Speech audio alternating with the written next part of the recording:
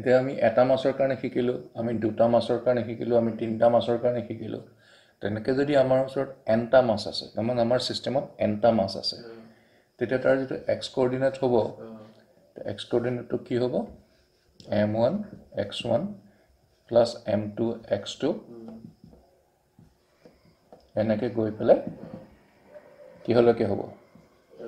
mn xn আৰু divided বাই m1 plus m2 plus mn ইয়ালৈকে হ'ব।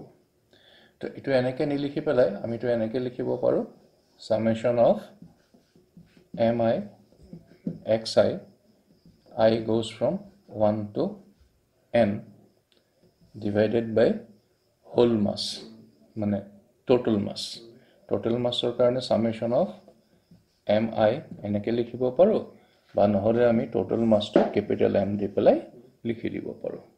তো ওপৰটো একেই থাকিব summation of I equal to 1 to n mi xi এনেকৈ কৰিব পাৰোঁ। So এনেকৈ x কোঅৰ্ডিনেট উলিয়ালোঁ, y কোঅৰ্ডিনেট উলিয়াবৰ কাৰণেও আকৌ একেটাই ফৰ্মুলা, খালি কি চেঞ্জ হৈ যাব ধৰিব পাৰিছেই চাগে, মনত আছেই চাগে, xi সলনি yi হৈ যাব, zৰ কাৰণে কি হ'ব? এইটো zi হৈ যাব। ঠিক আছে? চ' এইটো যদি আমি nটা ডিসক্ৰিট মাছ আছে তেতিয়া আমি এইটো ফৰ্মুলা ইউজ কৰিলোঁ। তো ইয়াত আমি nটা ডিসক্ৰিট অবজেক্ট আছে বুলি লৈছোঁ, m1 m2 m3 এনেকৈ। ওকে, তেতিয়াহ'লে তাৰ এক্স কোঅৰ্ডিনেটটো আমাক এইটো ফৰ্মুলাই দিয়ে। এতিয়া যদি আমি nটা ডিসক্ৰিট অবজেক্ট আছে বুলি নধৰি পেলাই এটা সলিড অবজেক্ট বুলি লওঁ, 3 ডাইমেনশনাল এটা সলিড অবজেক্ট আছে। সো এতিয়া আমি কি কৰিম? এইটোক আমি সৰু সৰু মাছত ডিভাইড কৰি দিম। তো এটা সৰু সৰু মাছ, তাৰ মাছ হৈছে dm। ঠিক আছে? আৰু তাৰ এক্স কোঅৰ্ডিনেটটো হৈছে, যিকোনো এটা সৰু মাছৰ এক্স কোঅৰ্ডিনেটটো হৈছে x। ঠিক আছে? তো ইয়াত যিটো আমি সাম কৰিছিলোঁ, এই সামটো যেতিয়া n টু ইনফিনিটি হৈ যাব, তাৰমানে আমি ইয়াততো ইনফাইনাইট নাম্বাৰছ অফ স্মল মাছত লৈ গ'লোঁ dm। গতিকে এইটো যেতিয়া ইনফিনিটি হৈ যাব, এইটো summation is another form of integration. বা ক'ব গ'লে এনেকৈ যেতিয়া আমি সাম কৰোঁ আৰু এইটো যদি ইনফিনিটি হৈ যায়, তেতিয়া আমি এইটো ইণ্টিগ্ৰেশ্যনত গুচি যাওঁ।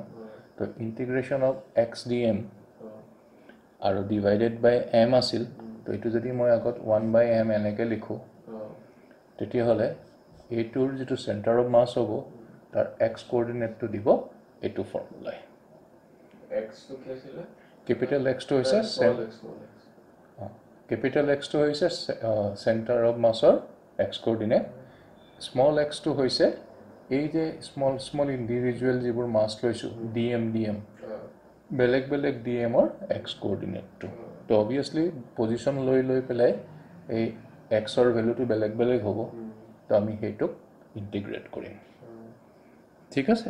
তো ঠিক তেনেকৈ আমি যদি চেণ্টাৰ অফ মাছৰ y কোঅৰ্ডিনেট কেপিটেল Yটো লওঁ, এইটোৰ কাৰণে যদি ওলাব লাগে, তেতিয়া হ'ব এইটো 1/m, এই সামেশ্যনটোৰ সলনি ইণ্টিগ্ৰেশ্যন y dm। ঠিক তেনেকৈ জেডটো। তো এইটো মানে ফৰ্মুলাটো ইয়াত মই আকৌ এবাৰ শিকাই দিছোঁ। তো আমি যেতিয়া নিউমেৰিকেল প্ৰব্লেম ল'ম, তেতিয়া আমি ইয়াৰ ইউজটো দেখা পাম।